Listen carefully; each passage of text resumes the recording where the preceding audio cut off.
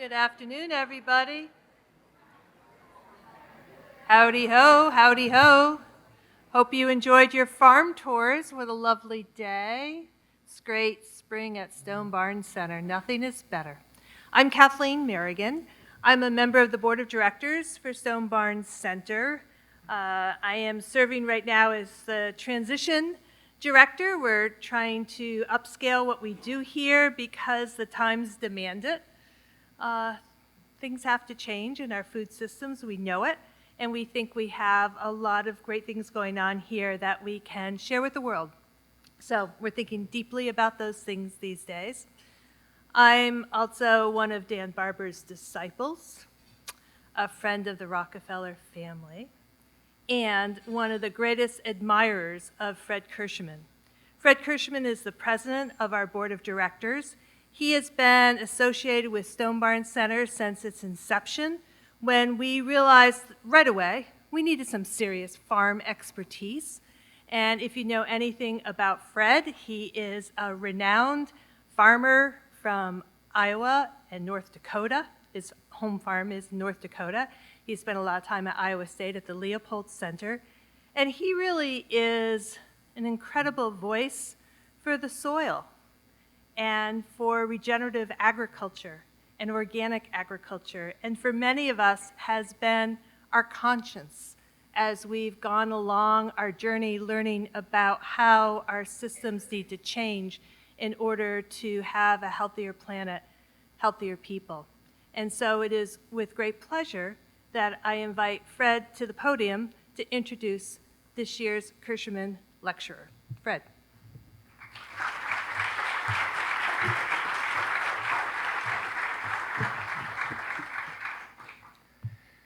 Okay, well, welcome everyone. I want to make clear, first of all, even though my name is prominently up there, this is not about me, it's about the future of food. And I was fortunate in my own life to have associations with soil scientists, with farmers, with philosophers about how the food system needs to change in the future. And that became a passion of mine, and it's one of the reasons that my name got attached to this the way that it did. But I just wanted you to know it's not about me, it's about the future of food. And so I want to say a little bit about that as kind of background before I go specifically into introducing Shauna for the lecture tonight.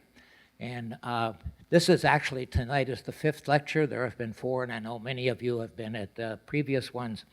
But just briefly, the first one was in 2015, and Wendell Berry did that first one. And of course, most of all of you know about Wendell Berry and the big picture issues which he addressed. And he began to look at this whole issue about what we were creating here in terms of the Kirschenmann Lectures from that perspective.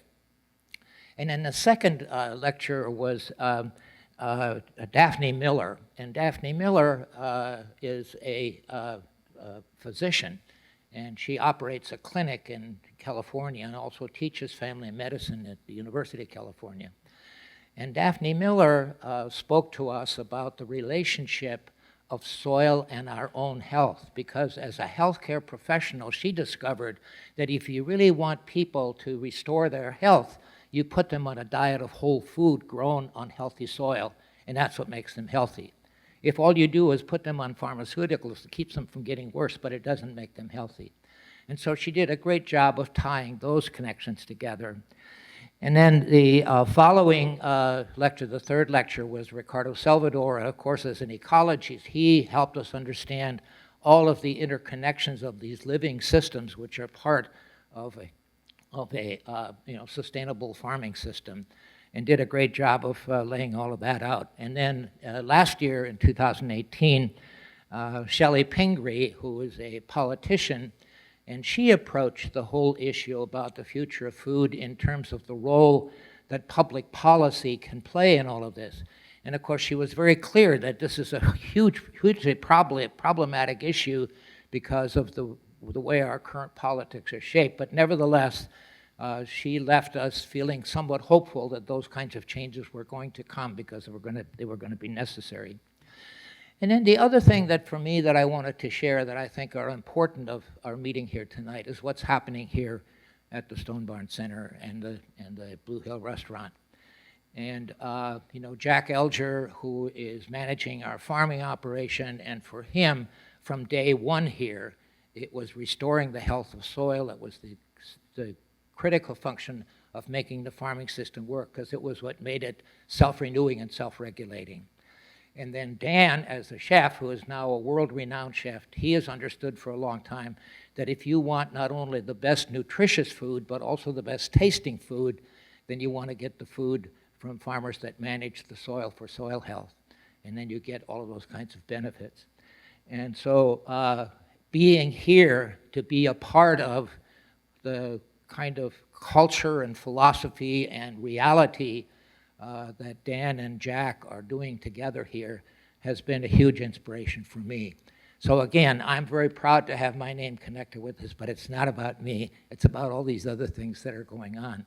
And so tonight we have the pleasure of going to our fifth lecture in Shauna Sadowski. And I first became aware of Shauna because, and I brought this with me, of a product produced by Annie's, which I purchased, I don't even remember, probably 8 or 9 years ago. And Shauna, of course, became a part of Annie's back in 2010. So she was already influencing the way in which these products were being marketed. And what captured me the first time I got this was soil matters. Soil matters is on the front, it's on the side, and there's a description here in terms of the organic wheat and goats and how wheat and oats, which goes into making the Honey Bunny grams, but it all comes from the soil that's managed for soil health. And then what really captured my attention is the back of the box has the picture of the farmer in Montana who manages his soil for soil health, from which the wheat and the oats comes for the bunny honey grams. And when I read that, I thought, I really want to find out more about this. And then I found out that Shauna was the director of the sustainability and organic movement, and that it was really her influence which created this kind of direction of marketing a product based on soil and soil health. And so I thought, I got to get to know this person better. So I just want to say a couple of things about Shauna that, by way of introducing her, and that, and one of those is that she grew up actually on a farm in Saskatchewan, Canada, and growing up on a real farm, and I can relate to this because I grew up on a real farm, and the kind of experience that you have in terms of actually farming and working with farmers in the real ground. And I began to understand how her background and how her passion shaped as a result of that kind of experience. And then she went to college and university here in the United States, and then began to work with some food companies, Cliff Bar being one of those initially. And then in 2010 is when she became associated with Annie's and became the head of sustainability and organic production systems at Annie's. And then the influence, which I just showed you in the box of Annie's, is, in my understanding, is coming primarily through her influence in the company.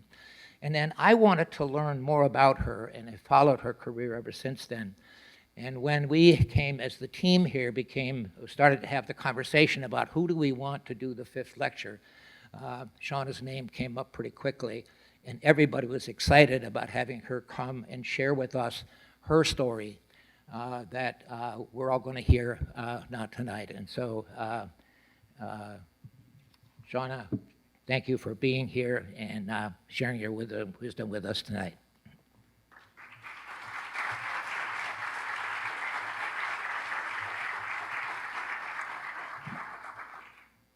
Well, thank you, everyone. Thank you, Fred, for such a kind introduction. I am deeply honored. I have been following your work for so many years, and in fact, there's a conversation that goes back perhaps while I was actually at Cliff, on the relationship and the importance of relationships to farmers that you taught me, that I brought to my work at Cliff Bar. And I just so appreciate all the work that you do. And I'm delighted to be here. I'm deeply honored. Thank you so much to Stone Barns for inviting me to this wonderful, beautiful facility. Thank you to everyone here for spending a Sunday afternoon. I know it's really beautiful outside, so thank you for coming indoors for a little bit to hear from me. I'm really excited to be here and to share with you some thoughts and some ideas on how big food can drive big change.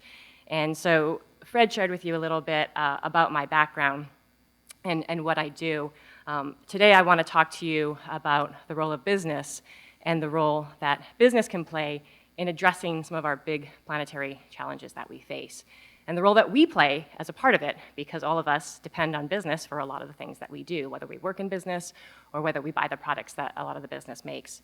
So I plan to take you on a little bit of a journey, so bear with me on that, because there are some ups and downs as I will tell this story.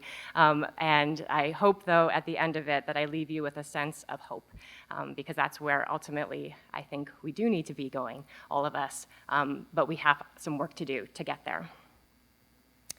So to begin with, Fred took a little bit of my thunder away there, but I want to step back a little bit and just share with you why I do the work that I do. Because certainly my bio speaks to what I do, and I am so grateful for the opportunity to work with companies on driving food systems change, on elevating the importance of social and environmental issues. But the why comes from where I come from. And so Fred mentioned that, and I grew up in Saskatchewan, Canada, which is pretty far from here.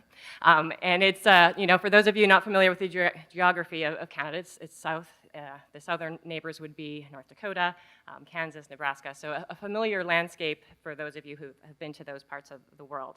And certainly farming shaped my life in many ways. It taught me about hard work. It taught me about perseverance. It taught me about the beauty of nature. But it also taught me about the importance of financial viability and how necessary that is when growing up on a farm. And so as a family, we faced real economic challenges. And that is something that is still the case today for many farming families. Fast forward many years, and I received a very different kind of education when I went to the University of Pennsylvania Wharton School. Talk about a clashing of worlds in many ways. I actually just coming back from my 20th year reunion from Philadelphia, and as I was walking through the campus and being reminded of just how different it is. But as much as it was different, it actually had so much relationship to farming, because business influences farming, as does farming influence business, and the two are connected. And I went on to get my graduate degree at Tufts under the leadership of Kathleen Merrigan, where that cementing of farming and business was further put together. And so I feel very lucky to be putting my career toward what does it mean to have a successful business? How do we redefine success in business? And in a food business, how do we redefine business starting with farmers and farming communities and the landscape? So I realize that probably many of you have not been to Saskatchewan. So I thought I would share with you a couple photos from when I took a trip last year. On this page, you'll see a lot of the same crops, and for many, a long distance in time, right? We call this monoculture cropping. There's a cameo appearance there by my daughter in a field of canola. And on the right-hand side is a barley crop. And I know it's not easy to see on the screen here, but what you see on the ground is quite compacted land, erosion, and bare soil.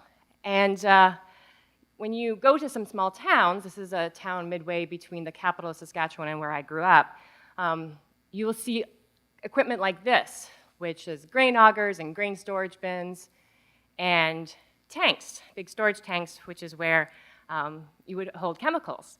And this is how our food is grown in a large part of the country, and it's not unsimilar here. And when you go and you travel to some of these towns, and I went back to the town I grew up in, and there is real economic depression in these communities. And the same is true when I visit other rural parts of the country, but also the world. I feel very privileged to have gone to many other parts of the world to see what it's like to farm.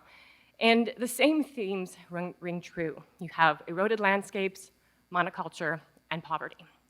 And it's a good reminder for the fact that we need to do something about that, right? It's a big motivator for me to do something, but it's kind of like centering back on this is how food is grown. So we need to change it, and that's the opportunity. So what I want to do is take a step back, though, and connect what I just shared with you to food, which is usually how we think about what we eat every day, right? This is generally what we sit down to, a meal, we think about food.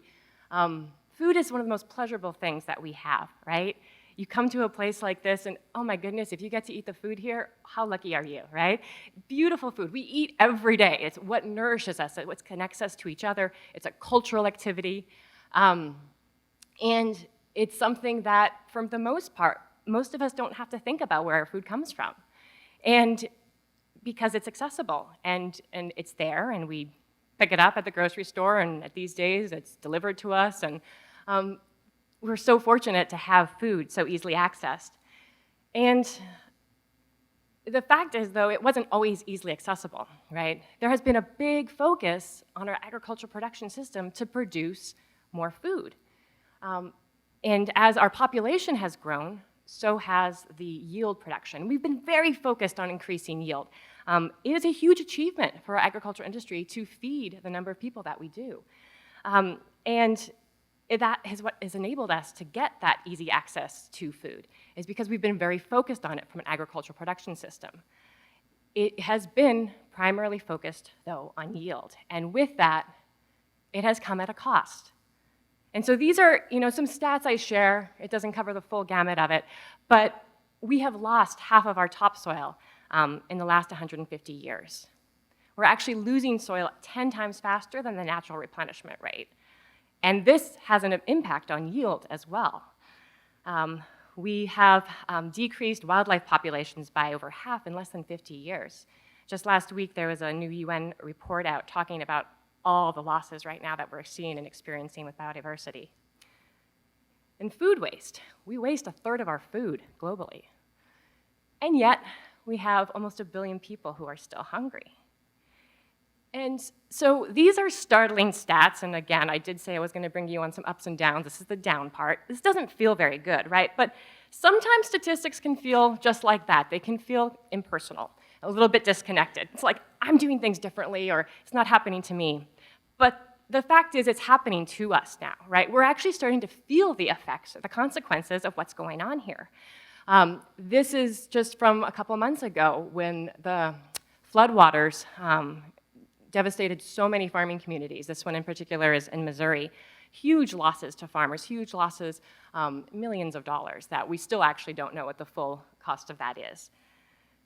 And we feel it close to home. Here's Hurricane Sandy in 2012, and some of you might remember that and maybe experienced it yourself or know of people who had losses or lost homes. And for me as well, I live in the Bay Area, and the wildfires that have been affecting us are devastating. They have decimated communities. This one is in Paradise, and it absolutely destroyed a community. And the year before that was Santa Rosa. So these things are happening, and we feel them, and we're like, it's a bit paralyzing sometimes, right? But we have to ask the question, well, why is it happening? And I'd like to put the position forward here is that we are pushing our ecological boundaries. We are pushing the ability for our land to withstand the conditions that we are putting it under. Since 1950, humans have altered ecosystems more quickly and extensively than at any other time in history. We are doing a lot of this, right? These are the human-caused actions. And 3/4 of the world's land area has been significantly affected or altered by people. And almost 1/4 now of the land is degraded. So these are kind of those like, wow, okay, wake up moments here. And when you take it a little further, business plays a big role with this. On the consumer product supply chains, and these are supply chains that include food, that include apparel, electronics, and other things, these are some of the stats that we are looking at when we start to model out the information. 60% of greenhouse gas emissions, 67% of tropical deforestation, and 80% of global water use. And why is this happening? And I'm going to say that this is from the linear model that we have adapted as a part of our industrial model, which is a take, make, waste approach, right? We extract what we want, we make something of it, we get it to where it goes, we consume it, and then it goes away. But there is no away, right? That's the basic ecological principle. There is no away. And with that, we have to kind of rethink, what it is that we're doing. And it is followed through by this kind of narrow focus on usually singular aspects of like just yield or just profit and short-term growth pursuits. And we're not accounting or costing for these natural resources.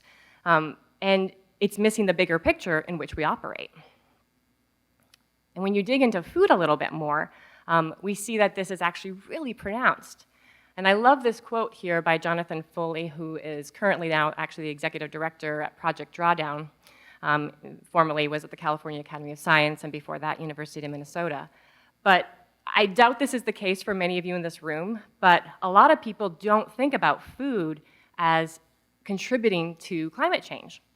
And his quote here of, when we think about threats to the environment, we tend to picture cars and smokestacks, not dinner. But the truth is, our need for food poses one of the biggest dangers to the planet. And to put this into statistics, a third of greenhouse gas emissions come from the food system, and 80% of that is in agriculture. And sometimes it's a little bit like, well, how is that possible? I look around here and I don't see farming doing this. And it's true. I mean, around here, you have farms probably on a smaller scale. I know there's differences, and this is part of it. We have farms of all sizes everywhere. But this is, a typical farm around here. I got to go on a tour earlier, and the farm here is amazing. But you see kind of these smaller scale farms. But then you go to the middle of the country and you see farms like this, like millions of acres. And this is kind of sometimes I again, doubt this is anyone in the room, but a lot of times people don't realize the circles when you fly over between the two coasts are the center pivots, irrigation pipes, right, of the landscape, because this is all agriculture. And I love this next one here, map, because this actually really starts to put it in perspective here of how much land we actually dedicate to agriculture. More than half the contiguous US is used for cropping and grazing. That's a startling number, right? And you can see it here because in the latest US stats, ag census, 900 million acres of land is going to agriculture. So, and globally, too, 1/3 of the world's land surface is devoted to crop or livestock protection. So it kind of speaks to why agriculture has such a big role, right? So the question is like, well, what do we need to do about this? Well, I'm coming at this from a business perspective. I work in business. And what I'd like to say is we need to change the model, right? We need to change the model from a take, make, waste to a take, make, renew. We need business models that account for the cycling of materials, where waste becomes food for something else. And it's something where you think about nature and what we learn in nature, and where in nature do you see waste? There is none. And part of what the disconnect has been is that we haven't thought about ourselves operating within a natural ecosystem context. But by doing so, we start to change the model, and it actually can allow for great creativity on what's possible when we start to rethink that. So I would like to see business models that take a triple bottom line approach with a very intentional nested approach to business. Sometimes you see, so I work in sustainability, we talk about systems all the time. Oftentimes you'll see the triple bottom line put with the Venn diagram where you have it in the middle. I don't think that's the right approach to it. I actually think everything that we have is done in the context of the planet. It starts with our planetary resources. Energy and natural resources like the water, soil, air, they are the foundation for which anything exists, including ourselves and business. Then people depend on resources from the planet, and we create our economic model. So just as we've created our economic model as we currently have it, we can recreate it. That's the beauty of it. And I love this quote here by an author, a person by the name of Robert Frenet, who wrote this book. This is over a decade old, actually. But it's such a powerful quote. It's a tomb of a book, too, if anyone wants to dig into it. It took me some time, but it's a well-worthy read. The natural world isn't bigger than we are because it occupies more ground. It's bigger than we are because our existence is predicated on its systems, on its processes. They are inviolable, and they are first, last, and always ecological. And so I get the great opportunity to work within an operating unit that is actually trying to do this. I now have 4 brands that I head up in my sustainability work. They include Annie's and Cascadian Farm, Muir Glen, and Epic. And we are an operating unit within General Mills. And our mission, we actually took the time last year to rename ourselves, and the intentionality we put behind it includes that triple bottom line concept, that concept of people, planet, profits. It also is kind of cute, and it represents the mascots of our brands, which are the bees, the bunnies, and the bison. So it has a double entendre. It makes for fun, when we discuss this and with our General Mills teams. But our mission is to care for the planet and its people through the food we make and the land we impact. And we are on a mission to evolve the mission. So oftentimes we'll hear about mission is to feed the world. We want to feed the world and heal the world at the same time.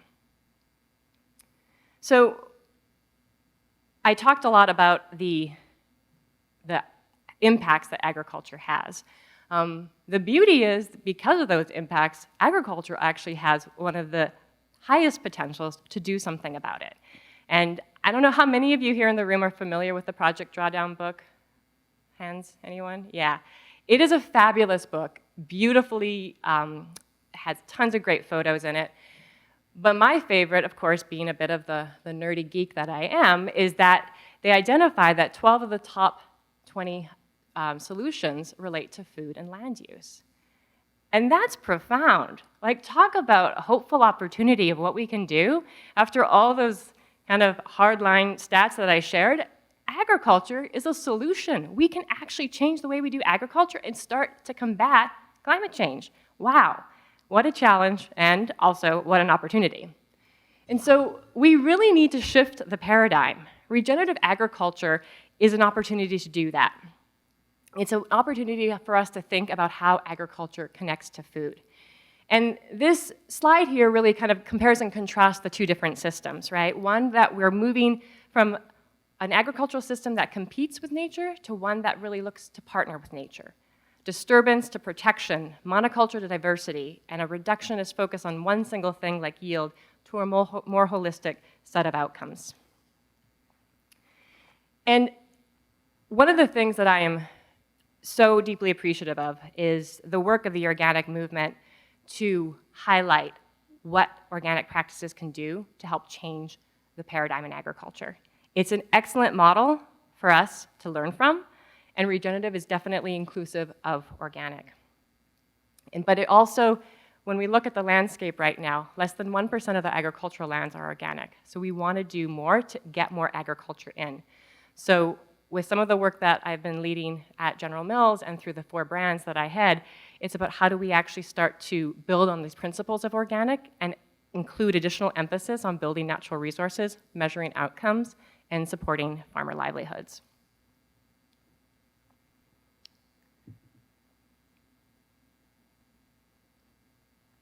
So I want to share with you our definition of regenerative agriculture.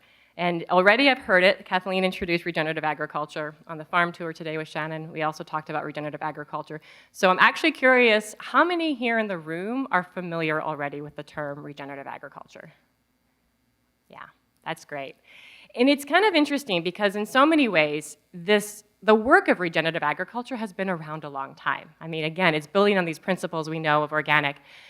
But in many ways, just the past couple years alone, we've had this resurgence of interest in regenerative agriculture. So there's a lot of activity going on in this space, and I will say not everyone has the same definition of it. So what I want to do is share with you the definition we've been working on at General Mills, because it's important for you to know where I'm coming from, but also to recognize that not everyone defines it the same right now. And I think that's okay, because at this point, I'd rather get the work moving forward than figuring out and getting the perfect definition. But the definition that we've come up with at General Mills is regenerative agriculture protects and intentionally enhances natural resources and farming communities.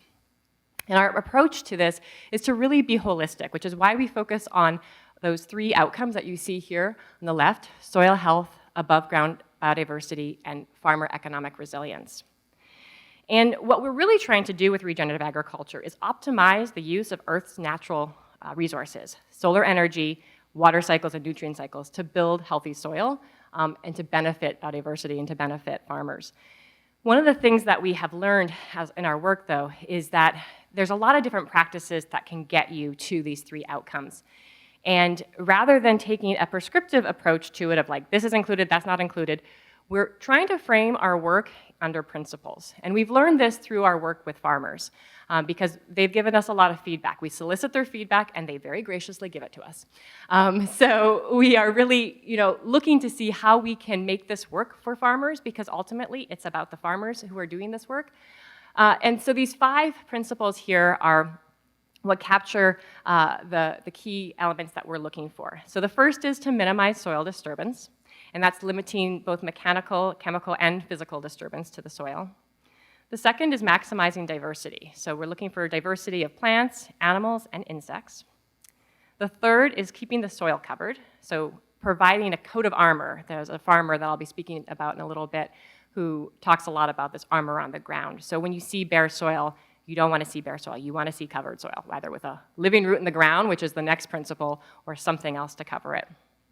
The living root in the ground is the 4th one, and again, this speaks to the fact that you want to have coverage on the land. You would be hard-pressed to find any natural setting in nature where there isn't coverage on the ground. Nature wants to cover up. Nature doesn't want to be bare. It actually hurts the microbes, and it's not a natural ecosystem to have bare soil. And the 5th is integrating livestock. And this is another one that I know that there can be a lot of different perspectives when it comes to the role of animals and the role of cattle in particular as it relates to farming. But in a system that is functioning like an ecosystem, you will see animals.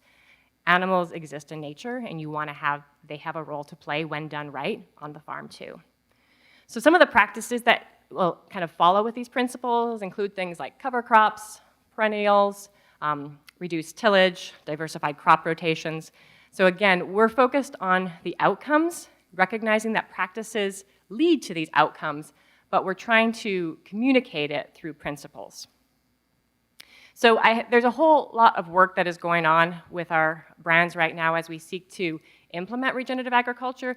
You're seeing it in some of the products. Fred shared with you one of the ones that we've done through the Annie's brands. We also have partners, and we're also looking for ways to inspire consumers on this journey. I'm not going to share with you a ton of the details on that. I'm happy to answer questions afterwards. But what's really important to know is that we're really focused on measurement piece and the focus on these 3 outcomes of interest. And as a food company, we need to be thinking holistically about what it is that we're seeking to have in terms of the impact on the ground. And so what I want to share with you right now is why we care about each of these.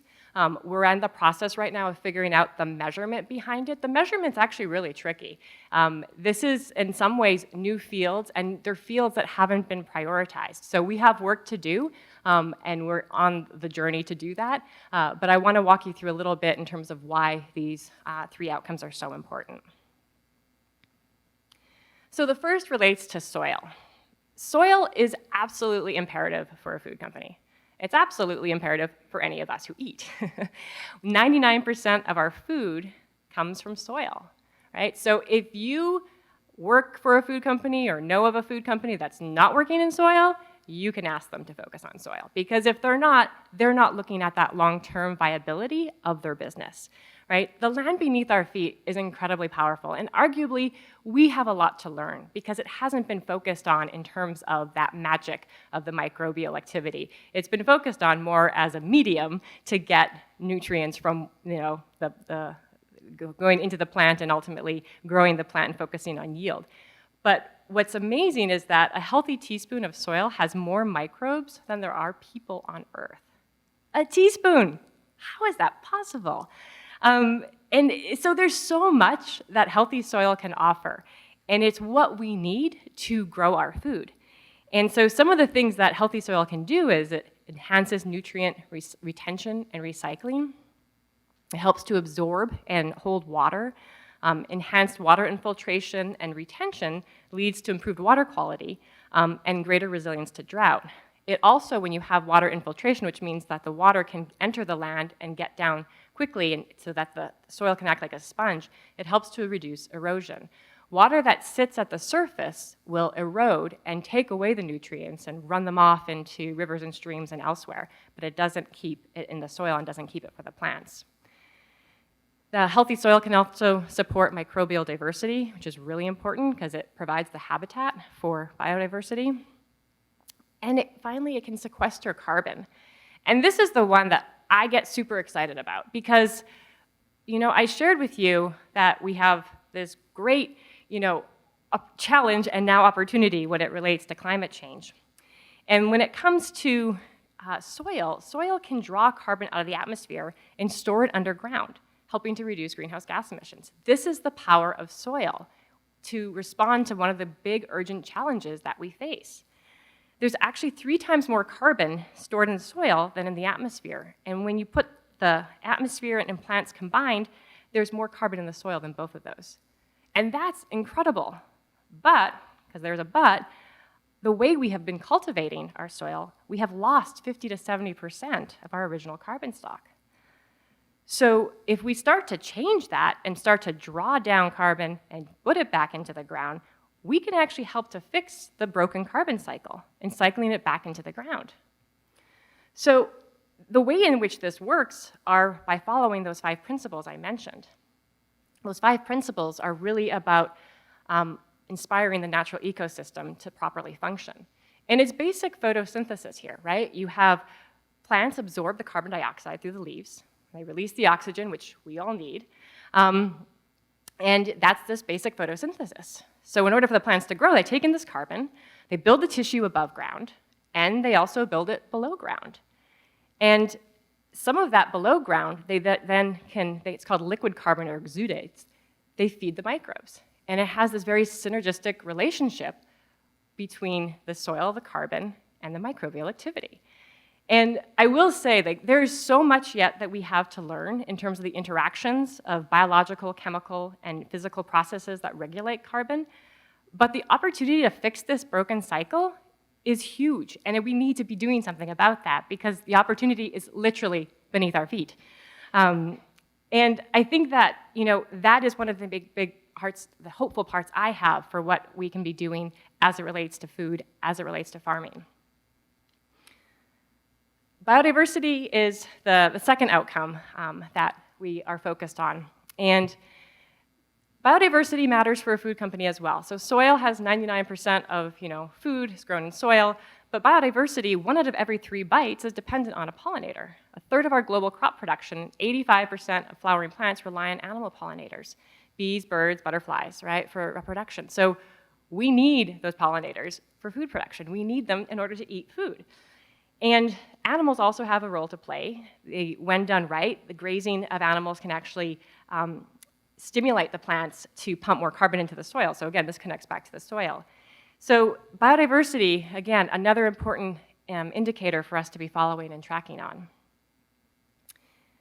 And the third relates to farmers. And I spoke about this a little bit already, but we can't have healthy soil and we can't have above ground biodiversity if we don't have farmers.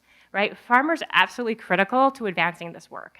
And the truth is, though, that farming is a tough business. And with our current model, profitability is hard.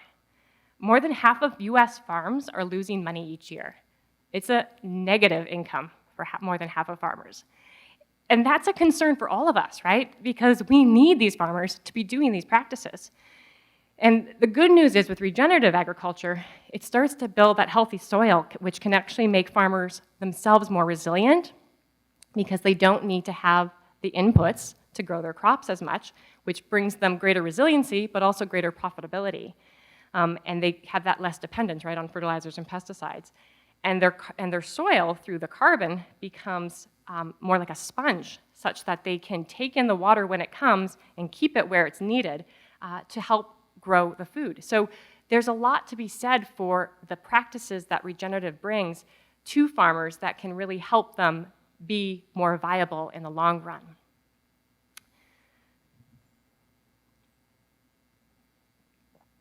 It's a lot of talking. So what I wanted to do now is share with you some of the farmers that we have been learning from. So a lot of the work to get to this point has been inspired by farmers. And Fred shared with you the box that we released last year, the Honey Bunny Grams. It's probably one of my proudest because and it's such a team effort. There's so much work that has gone into this across different teams, sourcing and marketing, sustainability and operations and finance. It's a whole team effort. But what I want to share with you here is the story of Casey and how we got to know Casey. So Casey's a fourth-generation farmer. He's based out of Fort Benton, Montana, just south of the Canadian border. He has about 5,000 acres of land that he farms, and he has organic acres, and he also has some land that he's transitioning to organic. And that's actually how we got to know him. Our sourcing team learned about him through our partnership with Xerces, which is a group that focuses on pollinators and invertebrates. And through him, we are actually helping him to transition. And through our work, we've learned a little bit more about his practices. And some key points on the work that he's doing is he has a diverse 9-year crop rotation. It includes crops and cover crops like oats, wheat, peas, clover, alfalfa, buckwheat, and millet. He also incorporates livestock into his work. And an assessment actually by Xerces showed that he has 30 different native plant species on his land. So the work that he's doing as he's transitioning is really making a difference on the landscape, in particular with some of those key indicators that I mentioned. And with him, through our partnership, we were able to feature him on this box to talk more about him and his practices. So it's helping to bring that connection as well to people who eat, that they're farmers behind the products.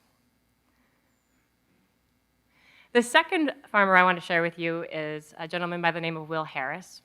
Will is a fifth-generation rancher who operates White Oak Pastures in Bluffton, Georgia. And he's fifth generation, so he came into it after his father had been using kind of more industrialized practices. And so he continued on with that same vein as well. So he used antibiotics and hormones and confined feeding. But about 20 years ago, he just felt like he needed to make a change. It wasn't working for him. So he started to employ some regenerative practices like holistic planned grazing, and this has transformed his landscape to where it is today, and I'm going to share with you some numbers on that. But he has a multi-species regenerative ranch that manages over 100,000 animals, including things like cattle, sheep, pigs, goats, rabbits, geese, guinea, on about 3,000 acres of land. And when I went out to visit him, I mean, you don't see many operators like him. You don't see that sort of diversity of animals on the landscape. But he's really trying to employ this holistic grazing system where the animals are using this kind of rotational grazing to really benefit the landscape. And he's really trying to model it after the ecosystem that he's in the coastal area in Georgia. And I'll feature here, yeah, we work with him through our Epic brand, which is it's a meat snacking company that is part of our portfolio now too. What I think is so powerful with Will's story, though, is that we wanted to understand how his practices might be affecting the landscape. And so we worked with a third-party consultancy to do something called a life cycle assessment. And this is where you look at data to understand where are the big hot spots in the operations that you do. And I'm sure many of you are familiar with the greenhouse gas emissions that come from livestock. And in particular, industrial livestock, confined animal feeding operations certainly has that impact. But based on the practices that Will is doing, what we did to run this is we used actual soil samples to collect the soil data, and then we ran that through a modeled life cycle assessment. So looking at the emissions from the enteric emissions, which is the belches and gas from the cow, the manure emissions, and then other farming activities, and found that he actually is sequestering more carbon than he is emitting for his beef operation. For his total farm operation, he's offsetting 85%. But for his beef, he's sequestering more than he's offsetting. For every kilogram of beef produced, 3.5 kilograms of carbon are sequestered in the plants and soil. This is not the normal information that we hear, right? We usually hear that beef is bad and we should not be eating beef. But what he's showing is that unlike a conventional beef operation, he's a carbon sink. He's helping to restore and regenerate the landscape through the practices through positive animal impact. It's pretty profound. The third farmer I want to share with you is Gabe Brown. Now, Gabe Brown, I'm just curious, how many of you heard of Gabe Brown in this room? Yeah, he is like the poster child for everything that we want to be seen in the Midwest. He is an amazing farmer, but he's also a first-generation farmer. So I shared with you fifth and fourth-generation farmers. He's a first-generation farmer, and he is someone that's on the circuit. We hear his name. I had a chance to hear him at a conference I attended back in 2013, and then went to go visit his farm in 2016. And he released this book, Dirt to Soil, last year, I think it was. And so if you haven't had a chance to read it, I highly encourage it. It's very accessible, talks about many of the principles I shared because we learned them from him. And it's the story of what his experience has been to learn about regenerative and to employ regenerative on his landscape. So like I mentioned, he's a first generation. He came into farming because his wife grew up on a farm. So he took over the farm from his in-laws. And at that point in time, it had been intensively tilled for many years, had poor soil quality, less than 2% organic matter. Gabe oftentimes likes to say that his father-in-law was a recreational tiller. He just basically get on the tractor and go till for a while because it gave that sense of peace. But he says that in jest, of course. But he took over this landscape trying to figure this out. But the truth is, it wasn't an easy transition for Gabe. His first 4 years that he was operating, he actually had almost complete and total crop failure due to weather-related events. And weather-related events is a pretty typical scenario when you're a farmer because you depend on the weather for your livelihood. But he started to, after that many losses, he basically had no money for inputs. So he started to look at, okay, how do I start to look at soil? How do I look at solar capture? How do I look at nutrient cycling? Incorporating more of these holistic practices. And so today he has 5,000 acres. He has a zero-till operation. He uses something called mob grazing, which is like we have a lot of animals on a small amount of pasture and you rotate them frequently. Multi-species cover crops and cash crop rotations. In fact, he has over 25 different cash and cover crops on his farm. He has experimented with even more crops in his cover. He's known for cover crop cocktails, which was a new term for me a few years ago, but it's basically when you have multiple species and you plant it at one time to see what the synergistic effects are on the soil and on the landscape. So he has inspired a lot of different farmers, and his numbers that we see speak for themselves. His soil organic matter is averaging right now about 5% across his farm. And his water infiltration this is a really fascinating statistic. So back when he started farming, he was able to have water infiltration. It was 1/2 inch in 1 hour, right? So if you had more than 1/2 inch of rain, it's going to be running off, right? It cannot get into the land. And where he is today is in 1 inch can infiltrate in 9 seconds. So the power of his work has translated to his soil. Like literally when you walk on the land, it feels spongy. Like a hard surface like this, that's hard floor. You walk into a surface that has that sponge-like quality, that's capturing water, that has healthy soil organic matter. It feels different. And the great news for Gabe, of course, is he's profitable. And he has actually been able to increase both his production, yield, and his profitability. And he has this famous saying that I'm going to steal from him, but he's like, I like to sign the back of the check and not the front. That's great, right? We want our farmers to be profitable. We've been so inspired by these farmers, and there are so many more that I could share with you. But these are 3 that I just wanted to highlight for you today. But it has led us to a company to put a stake in the ground. As General Mills, we announced earlier this year that we want to advance 1 million acres of regenerative agriculture by 2030. And, I am really grateful for the learnings we've had from farmers, but getting to this point has been a team effort across many people internally. We have a soil scientist and an agronomist on our team, an ecologist. We have our marketing teams, sustainability teams, and operations all working to advance this, and it truly goes all the way to the top. I was actually in a meeting last week where our CEO was talking about regenerative agriculture as one of the big things that he wants to be helping to advance as a company. And I take that as a huge testament to the work that everyone in General Mills believes in, that we need this and we need to do it quickly. So We are now at this point working to advance this 1 million acres in partnership with Gabe Brown. He has a group now called Understanding Ag, where we are doing some farmer coaching and mentoring with farmers, starting actually up in Canada, to start to work with them to advance against those 3 outcomes of interest using the protocols, but really focusing on the mentorship. Because what we have learned from all of our work is that farmers learn best from farmers. As much as we have scientists and we need those scientists, we need farmers to be able to relate to each other, and they learn best from each other in that way. And the great news is that we're not doing this alone. There are other companies that are starting to advance this work too. So I just feature a couple of them here.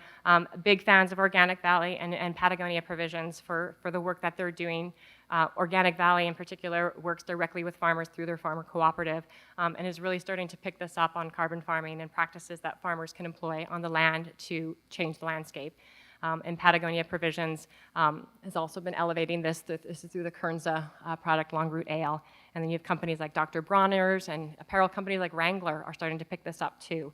So that is encouraging that there's more, and there's more certainly to be done.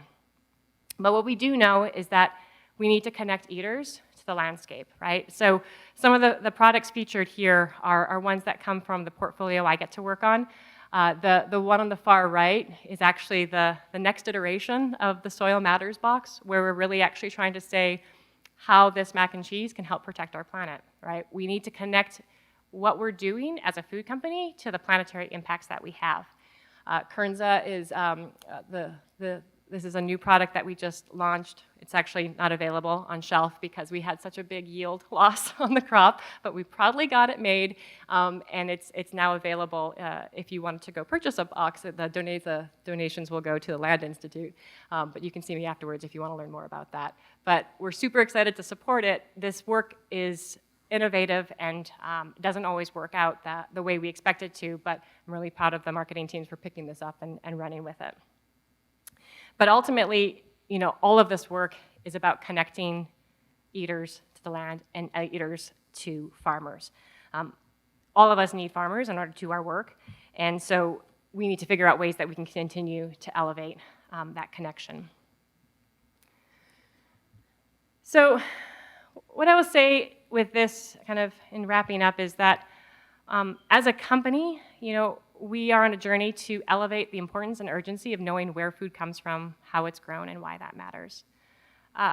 Outside of even my own company, I want all companies to figure out how we can leverage the power of business to drive meaningful change in the food system.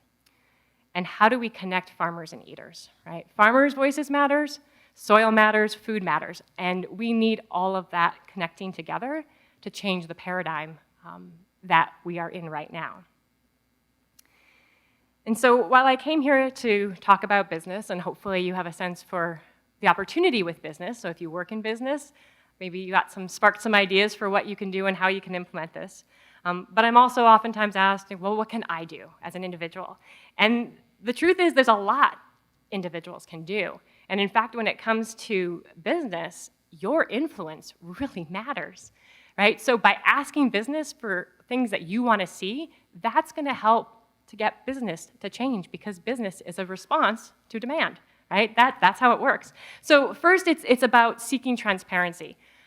Ask questions, be curious, raise just the overall spectrum. I think everyone in this room, you come to a place like this, I'm sure this is part of what you do.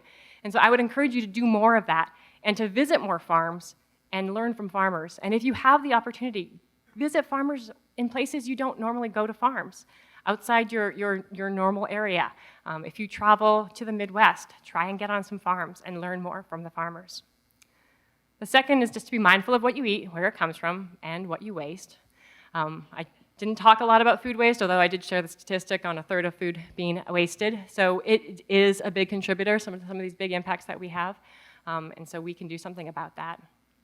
The third is to make values-aligned purchases, including investments. So know what our investments support, right? I talk about food, I live, breathe, eat food like we do, but it's also about everything that we do, right? It's just overall, where are we spending our dollars and what are we investing in and what's the future we want to see?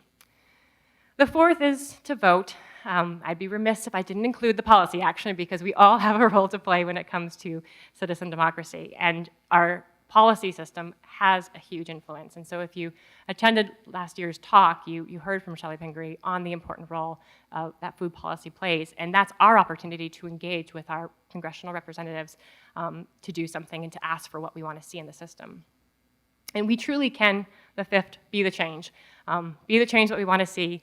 And our choices do matter. And so we all have that chance to do something and make the choices to reflect the system that we want. So I will leave you with this quote, which is, I hope, an inspiring quote from Paul Hawken. The great thing about the dilemma we're in is that we get to reimagine every single thing that we do. What a great time to be alive, because this generation gets to essentially completely change the world. Cameo appearance by my other child. It truly is on us to do something about this. And it's for people like my son, but it's for all of us and whoever we have to do something, because this is truly a tipping point in our history. And I think we can take that and embrace it. And it's really taking that opportunity to act. So we do need to change. We need to change the model. And the great news is that we can. So thank you for your time and for coming.